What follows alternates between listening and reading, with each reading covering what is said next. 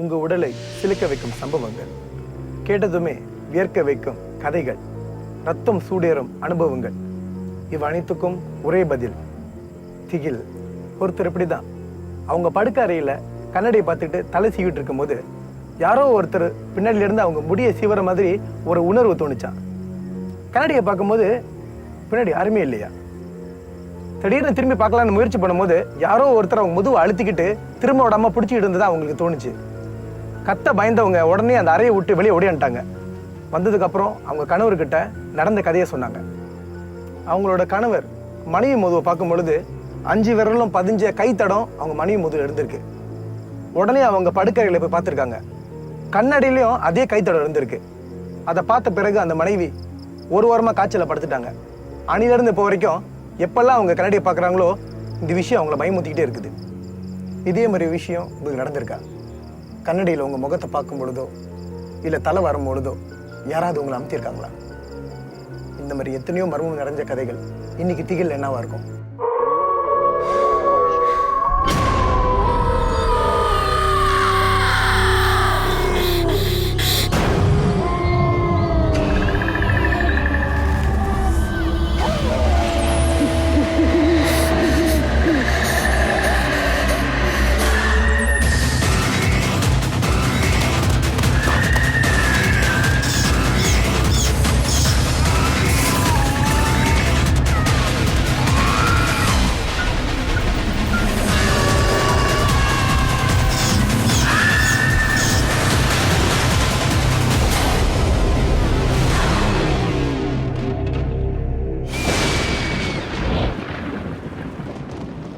நீங்கள் ஒரு வீட்டில் ஒரு அறையில் வாடகைக்கு குடியிருக்கீங்க. உங்கள் பக்கத்து அறையில் யாரோ இருக்கிறாங்கன்னு உங்களுக்கு தெரியுது. ஆனால் நீங்கள் அவரை பார்த்தது கிடையாது. வெளியே போயிட்டு வரும்பொழுதுலாம் வீடு கலைஞ்சிருக்குது. குளிக்கிற சத்தம் கேட்குது. உங்கள் ரூமில் நீங்கள் தனியாக இருக்கும் பொழுது அடிக்கடி யாரும் சிரிக்கிற சத்தம் பேசுகிற சத்தம் கேட்டுட்டு தான் இருக்குது. ஆனால் எப்போ வராரு எப்போ போகிறாருன்னு உங்களுக்கு தெரியாது. உண்மையிலேயே உங்கள் வீட்டில் ஒரு மனிதன் தான் குடியிருக்கிறாரா? இந்த மாதிரி அனுபவம் உங்களுக்கு இல்லாட்டினாலும் எனக்கு இருக்குது அப்படின்னு சொல்லும் ஒருத்தர் தான் நம்ம பார்க்க போகிறோம். இந்த பிரச்சனை என்னோடய கூட்டாளிக்கு நடந்தது. அப்போ வந்து நாங்கள் ஃபர்ஸ்ட் இயர் படிச்சுக்கிட்டு இருந்தோம்.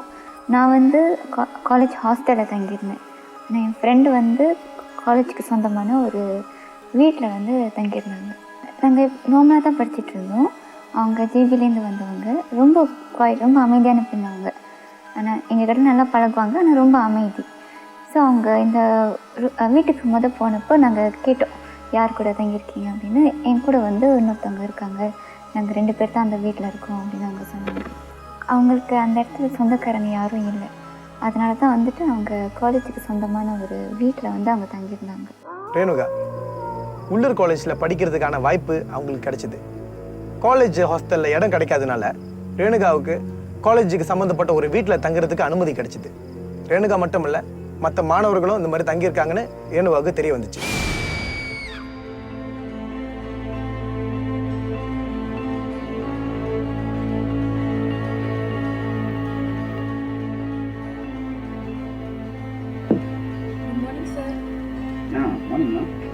ரேணுகாவா? வாங்கம்மா. உங்களுக்கு காலேஜில் அட்மிஷன் கிடச்சிருச்சு. ஆனால் தங்குறதுக்கு தான் ஹாஸ்டல் இல்லை. வீடு இல்லையா சார்? அப்போ நான் எங்கே தங்குறது? அதுக்கு ஒரு வழி இருக்குமா? சொல்லுங்கள் சார். காலேஜுக்கு சொந்தமான வீடுகள் இருக்கு. அதுவும் ஹாஸ்டல் மாதிரி தான். நீங்கள் அங்கேயே தங்கி படிக்கலாம். வீடு இருந்தாலே போதும் சார். ஓகே. வேணா அந்த வீட்டோட அட்ரஸ் தரேன். நீங்கள் கவலைப்படாமல் அங்கேயே தங்கி படிக்கலாம். ரொம்ப நன்றி சார். வீட்டில் முதல்ல காலடி எடுத்து வச்சோன்னே ரேணுகாவுக்கு ஒரு மாதிரியான உணர்வு ஏற்பட்டுச்சு. ஆனால் அதை அவங்க பெருசுப்படுத்தலை. வீட்டில் உள்ள பொருட்கள்லாம் பார்த்த பிறகு நான் மட்டும் அங்கே தனியாக இல்லை, வேறு யாரோ ஒரு மாணவியும் அங்கே இருக்கிறாங்கன்னு அவங்க நினச்சிட்டாங்க.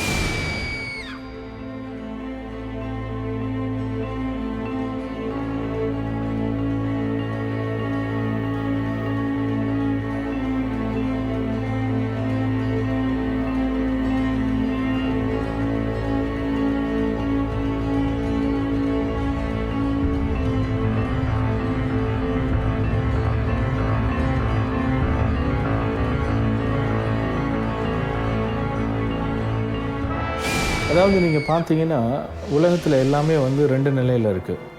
2 நிலை அப்படின்னு கேட்டிங்கன்னா, ஒன்று இருக்குது ஒன்று இல்லை. உனக்கு உருவம் இருக்குது, அடுத்ததுக்கு உருவம் கிடையாது. அந்த வகையில் நீங்கள் பார்த்தீங்கன்னா உலகத்தில் எல்லாத்துக்கும் வந்து 2 வடிவம் இருக்குது. அது ட்வின் லா அப்படின்வாங்க. இருக்குது இல்லை. அப்போ இந்த சூட்சும நிலையில் நீங்கள் பார்த்தீங்க அப்படின்னு கேட்டிங்கன்னா எல்லா பொருளுக்கும் ஒரு சூட்சும வடிவம் உண்டு. அந்த வகையில் மனிதனுக்கும் ஒரு சூட்சும வடிவம் உண்டு. அந்த வடிவத்தை தான் நம்ம வந்து ரொம்ப காமனாக ஆவிகள், பேய்கள், பிசாசு இப்படிலாம் சொல்கிறோம். இது நம்மளுடைய பண்டைய காலத்தில் நூல்களில் நிறைய இதை பற்றி குறிப்பு இருக்குது. ஸோ அந்த அடிப்படையில் பார்த்தீங்கன்னா இந்த ஆவிகள் உண்டு, இந்த உலகத்தில் உண்டு. நாங்களும் வந்து அவங்க தங்குற வீட்டை பற்றிலாம் கேட்டிருக்கோம். ஸோ அந்த வீடு வந்து ரொம்ப நல்லா இருக்குது, அவங்க ரொம்ப சந்தோஷமாக இருக்காங்க தங்குறதுக்கு, எல்லா ஜாமான் எல்லா பொருளும் அங்கே இருக்குது, எந்த பிரச்சனையும் இல்லை. ஸோ அப்படின்னு நாங்கள் சொல்லியிருக்கோம்.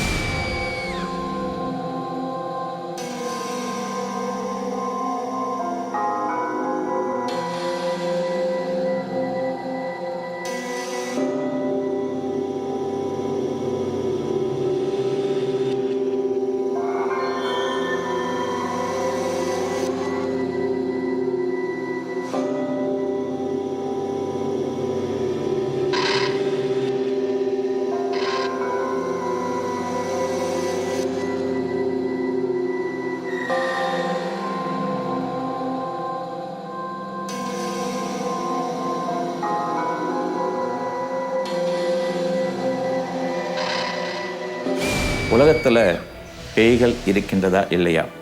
இதுக்கு மாணிக்க சுவாமிகள் ரொம்ப அழகான விளக்கத்தை கொடுக்கின்றார். உலகத்தில் புல்லாகி பூடாய் புழுவாய் மரமாகி பல்விரகமாய் பறவையாய் பாம்பாய் கல்லாய் மனிதராய் பேயாய் கலங்கலாய் வல்லரசராய் முனிவராய் தேவராய் செல்லா நின்ற தாமர தங்கமத்துள் எல்லா பிறப்பும் பிறந்து விட்டேன் எம்பெருமான் என்று சொல்கின்றார். அப்போ உலகத்தில் இந்த ஜீவாத்மாப்பட்டது இத்தனை பிறவிகள் பிறக்கின்றது. அது பேயாகவும் பிறக்கின்றது, பூதங்களாகவும் பிறக்கின்றது, வல்ல அரசர்களாகவும் பிறக்கின்றது. அதே போல் உலகத்தில் மனிதர்கள் எப்படி இருக்கின்றார்களோ, மற்ற ஜீவராசிகள் இருக்கின்றார்களோ, அதே போல் பேய்களும் இருக்கின்றது, பூதங்களும் இருக்கின்றது. அவங்க வந்து அவங்க ஹவுஸ்மேட் ஒருத்தவங்க இருக்காங்க, அவங்க கூட தான் தங்கியிருக்கேன்னு சொன்னாங்க. ஆனால் இன்ன வரைக்கும் வந்து அவங்க ஹவுஸ்மேட் அவங்க பார்த்ததே இல்லை. ஆனால் அவங்க திங்ஸ் எல்லாம் அங்கே இருக்கும். அவங்களும் நிறைய தடவை ட்ரை பண்ணியிருக்காங்க பார்க்கணுன்னு, ஆனால் பார்க்க முடியல அப்படின்னு சொல்லியிருக்காங்க.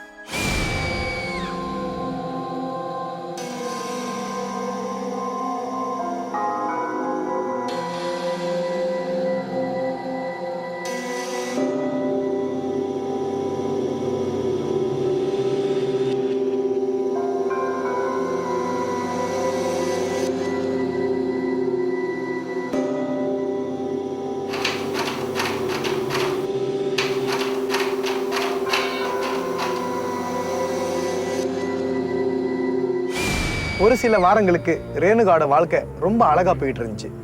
காலேஜுக்கு போறதும் வீட்டுக்கு வர்றதும் இதே மாதிரி ஒரு சாதாரணமான மாணவி போல அவங்க வாழ்க்கை இருந்துச்சு.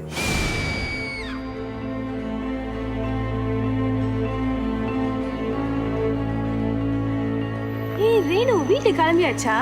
கிளம்பிட்டேன். நீங்கள்? இன்னும் இல்லை, ப்ராஜெக்ட் வேண்டிய ஜாமான் வாங்கிட்டு இனிமேல் தான் போகணும். கேட்கணும்னு நினச்சேன், நீங்கள் எங்கே தங்குறீங்க? நான் அக்காச்சாங்களே. உண்டியாவா இல்லை குடும்பத்தோடையா? தனியாக தான். என்னால் இங்கே இருக்கவே முடியல தெரியுமா. ஆக்சுவலி நான் வந்து ஜோஹர்லேருந்து வரேன். இங்கே சொந்தக்காரங்க யாரும் இல்லை, அதனால காலேஜ் ஹாஸ்டலில் தங்கியிருக்கேன். வீட்டில் இன்னொரு ஸ்டூடெண்ட் இருக்காங்க. ஆமாம், வச்சு நம்ம நாளைக்கு பார்ப்போம். Okay bye. எப்போவுமே நாங்கள் கேட்போம், ஃப்ரெண்ட்ஸ் எல்லாம் ஒன்றா இருந்தோம்னாக்கா அவங்க ஹவுஸ்மேட் பற்றி சொல்லு எப்படி என்ன அப்படின்ட்டு. ஆனால் அவங்க ஒரு பதில் சொல்ல முடியாத ஒரு நிலையில் இருப்பாங்க. ஒரு வாரம் ஆச்சு, ஆனால் இன்னும் என்னோடய ஹவுஸ்மேட் நான் மீட் பண்ணவே இல்லை. ஆனால் அவங்க வீட்டில் எப்போதும் இருக்கிற மாதிரி தான் இருக்கும். உள்ளே வர்றது போகிறது, ஒரு நம்ம கூட ஒரு ஆள் இருந்தால் எப்படி இருக்கும் அந்த மாதிரி தான் அந்த வீடு நார்மலான அந்த ஒரு என்வாயர்மெண்ட் இருந்துச்சு அப்படின்னு சொல்லுவாங்க. பல வாரங்கள் கடந்து போனது. ரேணுகா அவங்க வீட்டில் யார் தான் தங்கி இருக்கிறாங்கன்னு பார்க்கறதுக்கு ரொம்ப முயற்சி செஞ்சாங்க. அவங்க போய் பார்க்கும் பொழுது அந்த அறை பூட்டி இருந்துச்சு. சரி, தட்டி தொந்தரவு பண்ண வேணாம், நாளைக்கு பார்த்துக்கலாம்னு சொல்லிட்டு அவங்க போயிட்டாங்க. ஆனால் இதே மாதிரி வெவ்வேறு நேரத்தில் வரும்பொழுதும் அந்த அறை பூட்டியே இருந்துச்சு. சரி, காலேஜுக்கு போயிருப்பாங்க போட்டிருக்குன்னு ரேணுகா ரொம்ப அஜாக்கிரதையாக இருந்துட்டாங்க. ஒரு தடவை வந்து சொன்னாங்க, இந்த மாதிரி நான் வீட்டிலேருந்து வரும்பொழுது சத்தம் கேட்டுது அந்த ரூமில் ஆள் இருக்கிற மாதிரி. இப்போ நானும் போய் பார்த்தேன் அப்படின்னு அவங்க சொன்னாங்க. ஆனால் போய் பார்க்கும்போது அந்த இடத்துல யாருமே இல்லை அப்படின்னு சொன்னாங்க. அந்த விஷயத்தை அவங்க எங்கிட்ட சொல்லும்போது முதல்ல நாங்கள் சிரித்தோம். நாங்கள் என்ன நினச்சோன்னாக்கா, அவங்க ரொம்ப தனியாக இருக்கிறாங்க, ஸோ அதனால் அவங்களுக்கு அந்த மாதிரி ஒரு எண்ணம் தோணி இருக்கும். இல்லை மேபி பக்கத்து வீட்டில் வந்து அந்த மாதிரி சத்தம் கேட்டிருக்கலாம், அதனால கூட அவங்களுக்கு இங்கே கேட்ட மாதிரி ஒரு பிரம்ம இருந்திருக்கலாம் அப்படின்னு நினச்சிட்டு தான் நாங்கள் ஒன்றும் பெருசாக எடுத்துக்கல அது.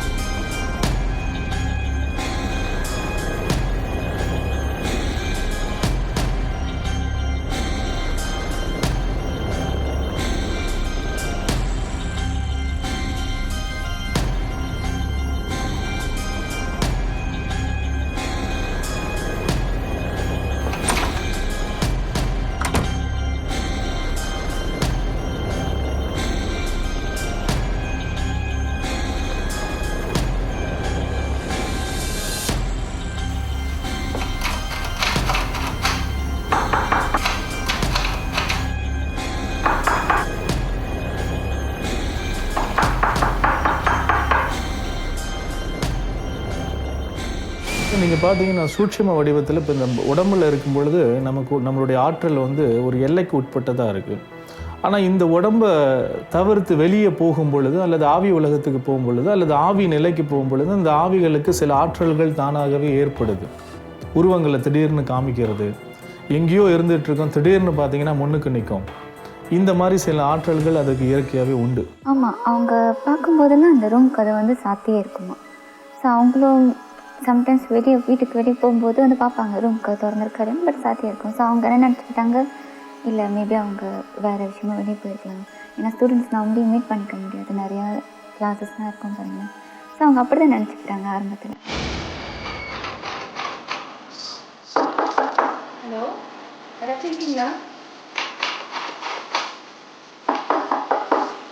ஹலோ, யாராச்சும் இருக்கீங்களா?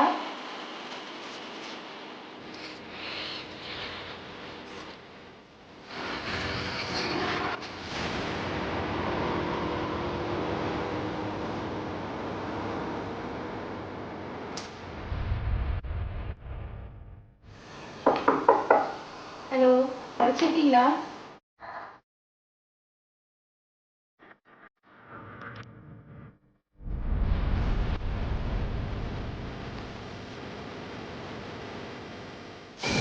ஒரு நாள் ரேணுகா அந்த பூட்டி இருந்த அறையை எப்படியோ திறந்து உள்ளுக்கு போயிட்டாங்க. உள்ளுக்கு போய் பார்த்தாக்க உள்ளுக்கு யாருமே கிடையாது. நாட்காலி, மேஜை, புத்தகம்லாம் கலைஞ்சு கிடந்திருக்கு.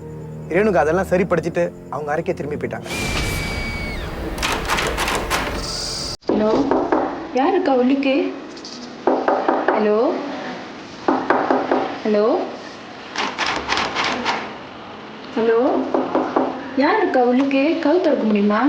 என் பேர் ரேணுகா, நீங்கள் ரொம்ப நாளாக இருக்கேன், உங்களை பார்க்கலான்னு நினைக்கிறேன், கதவு திறக்க முடியுமா? ஹலோ, நான் பேசுறது வழங்குதா?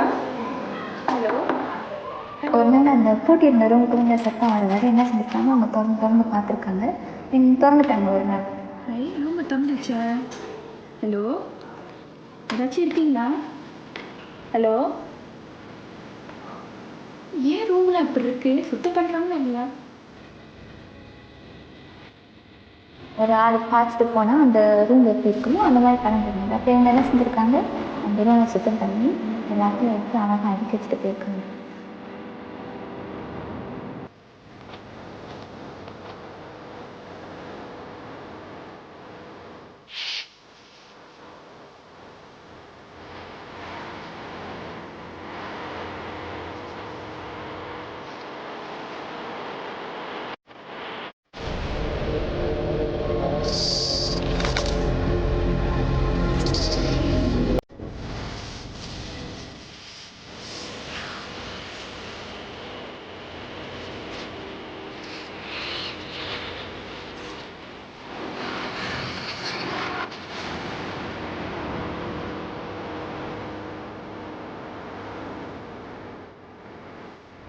பொருளை நகர்த்தக்கூடிய சக்தி மட்டும் இல்லை, வேற ஒரு பொருளை எடுத்துகிட்டு வந்து கொடுக்கறதுக்கூடிய ஆற்றல் உள்ள ஆவிகளும் உண்டு. அதில் நீங்கள் பார்த்தீங்கன்னு கேட்டிங்கன்னா இந்த ஆவிகள் உலகத்தில் நிறைய பரிணாமங்கள் இருக்குது. பரிணாமம்னா டைமென்ஷன்ஸ் அப்படின்னும். அதில் இந்த எட்சி உலகம்னு ஒரு உலகம் இருக்குது. அது எட்சணி அப்படின்வாங்க. இந்த எட்சணின்ற ஒரு ஆவி வந்து வெளியே இருந்து பொருளை கொண்டு வந்து கையில் போடும். இந்த திருநூறை கொண்டு வந்து கொடுக்கறது, சிலைகள் கொண்டு வந்து கொடுக்கறது, இதெல்லாம் அந்த ஆவி வந்து செய்யக்கூடிய வேலை. அதுக்கு அந்த எபிலிட்டி உண்டு செய்யறதுக்கு. ஒரு நாள் ரேணுகா அவங்க அம்மாவுக்கு கால் பண்ணி வீட்டை பற்றியும் வீட்டில் தங்கி இருக்கிறவங்கள பற்றியும் சொல்லியிருக்கிறாங்க. எங்கடா வீட்டில் தங்கி இருக்கிறவங்களை நான் பார்த்தது இல்லைன்னு சொன்னால் அம்மா பயப்படுவாங்கன்னு ரேணுகா என் கூட நிறையா மாணவர்கள் தங்கியிருக்காங்கன்னு அம்மாகிட்ட போய் சொல்லிட்டாங்க. ஆமாம்மா, கிளாஸ்லாம் எல்லாம் ஓகே, நீங்கள் கவலைப்படாதீங்கம்மா. இருக்காங்கம்மா, என்னோடய ஸ்டூடெண்ட்ஸ் தங்கியிருக்காங்கம்மா. இல்லைம்மா, என்னோடய சீனியர்ஸ் நினைக்கிறேன், ஆனால் நான் பார்த்ததில்ல. நீங்கள் ஏம்மா கவலைப்படுறீங்க? சரிம்மா, அப்புறம் நான் உங்களுக்கு அடிக்கிறேன். ரீசன் வந்து நாங்கள் எப்போவுமே கொடுத்து தட்டி கழிச்சிருவோம். இருக்காது, அவங்க நினைக்கிற மாதிரிலாம் எதுவும் இருக்காது அப்படின்னு சொல்லி. ஆனால் இப்போ அவங்க அதை பற்றி பேசிக்கிட்டு தான் இருப்பாங்க. ஒவ்வொரு ஜீவராசிகளுக்கும் ஒவ்வொரு ஆற்ற சக்தி உண்டு. இப்போ இந்த பேய்கள் என்று நீங்கள் அந்த கோணத்தில் பார்க்காம இந்த பேய்களும் ஒரு நல்ல ஜீவராசி என்று பாருங்களேன். அதை பார்ப்பதற்கு நமக்கு கொஞ்சம் சுவாசமாக இருக்கும். அதே போல் இந்த மனிதனுடைய இறைவனுடைய படைப்பில் பார்த்திங்கன்னா இப்போ மீனுக்கு வந்து நீண்டு கூட ஆற்றல் இருக்கின்றது, பறவையாகப்பட்டது பறக்கக்கூடிய ஆற்றல் இருக்கின்றது. அப்போ உலகத்தில் பிறந்த ஒவ்வொரு ஜீவராசிகளுக்கும் ஒவ்வொரு ஆற்றத்தன்மைகள் இருக்கின்றது. அதே போல் இந்த பேய் என்ற ஜீவராசிகளுக்கும் இது போல் ஆற்ற சக்திகள் இருப்பது உண்மைதான். சில நேரம் இப்போ அவங்க வெளியே போகும்போது சத்தம் கேட்கும், ஆள் இருக்கிற மாதிரி சத்தம் கேட்கும். ஸோ அந்த சமயத்தில் அவங்க என்ன செய்வாங்க, போய் திறந்து பார்ப்பாங்களா, இருக்காங்களா தெரிஞ்சுக்குவோம்.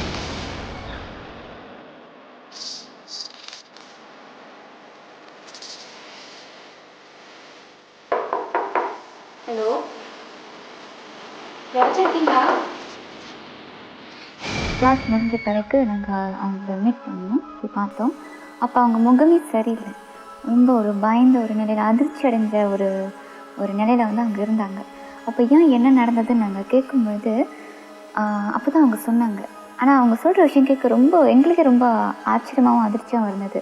அதாவது அவங்களோட ஹவுஸ்மேட் ரூம்லேருந்து பயங்கரமான குரல் கேட்குறது, பயங்கரமான சத்தங்கள் கேட்குறது. ஸோ அந்த மாதிரி அவங்க வந்து சொல்லும்பொழுது நாங்கள் ரொம்ப அதிர்ச்சியானோம்.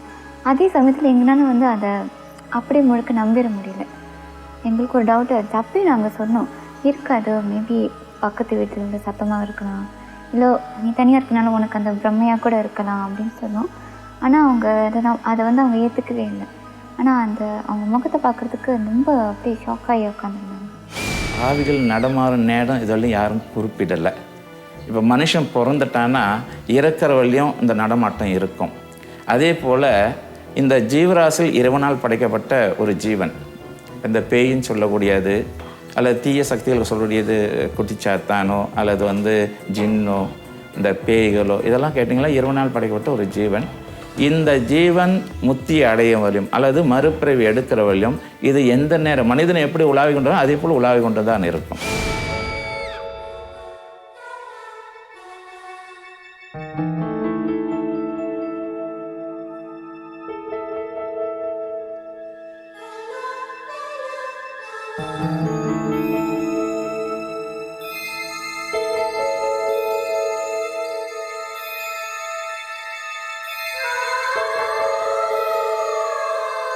ஆவிகளுக்கு நேரம் கிடையாது, அது 24 மணி நேரமும் நடமாட்டிக்கிட்டு தான் இருக்குது. ஆன்மீக விஞ்ஞானம் என்னென்னு கேட்டிங்கன்னா, சந்திரனுடைய ஆதிக்கம் இருக்கும் பொழுது, இரவில் நிலவு ஒளி இருக்கும் பொழுது இந்த ஆவிகள் ரொம்ப வெளியே உலா வரும். சூரியனுடைய ஆதிக்கம் இருக்கும்போது கொஞ்சம் கம்மியாக இருக்கும். இது ஒரு ஆன்மீகம் சார்ந்த ஒரு உண்மை. அது நான் ஒரு நாள் அவங்க வீட்டுக்கு போனேன். அப்படி நான் அந்த வீட்டுக்கு போகும்போது தான் அவங்கள பார்த்தேன். அவங்களுடைய நிலம் வந்து பார்க்க முடியல, அவ்வளோ கவலைக்கிடமான ஒரு சூழ்நிலையிலேருந்து அவங்க இருந்தாங்க.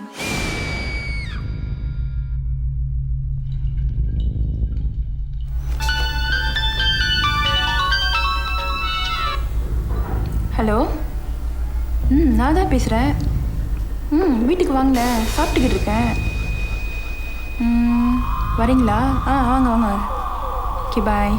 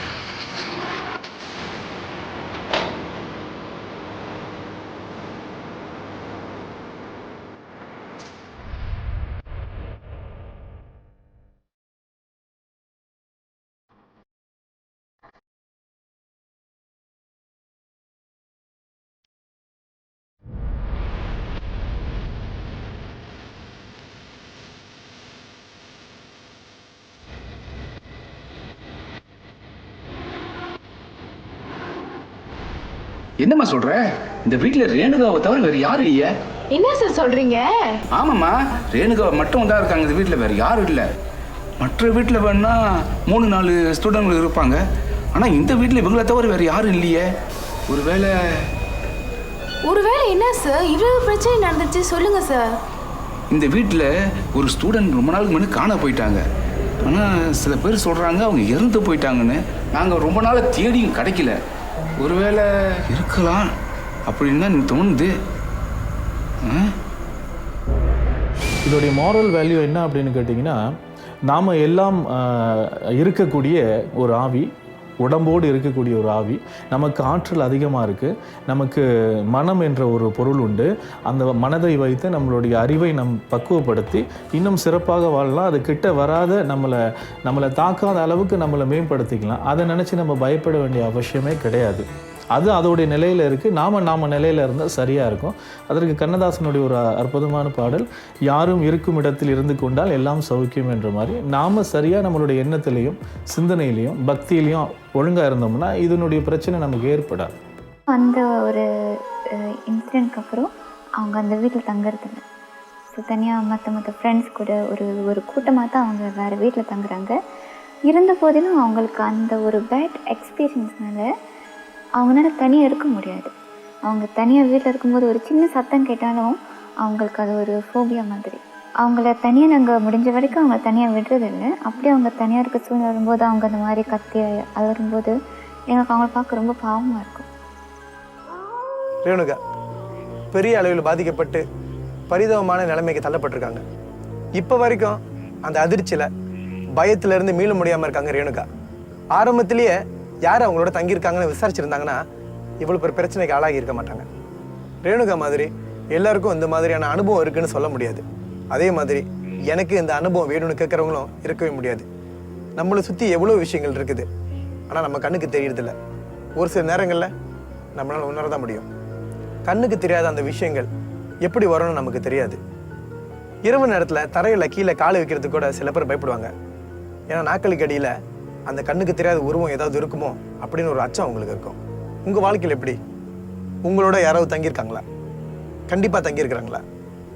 எதுக்கும் தங்கியிருக்காங்களா இல்லையான்னு உறுதிப்படுத்திக்கங்க.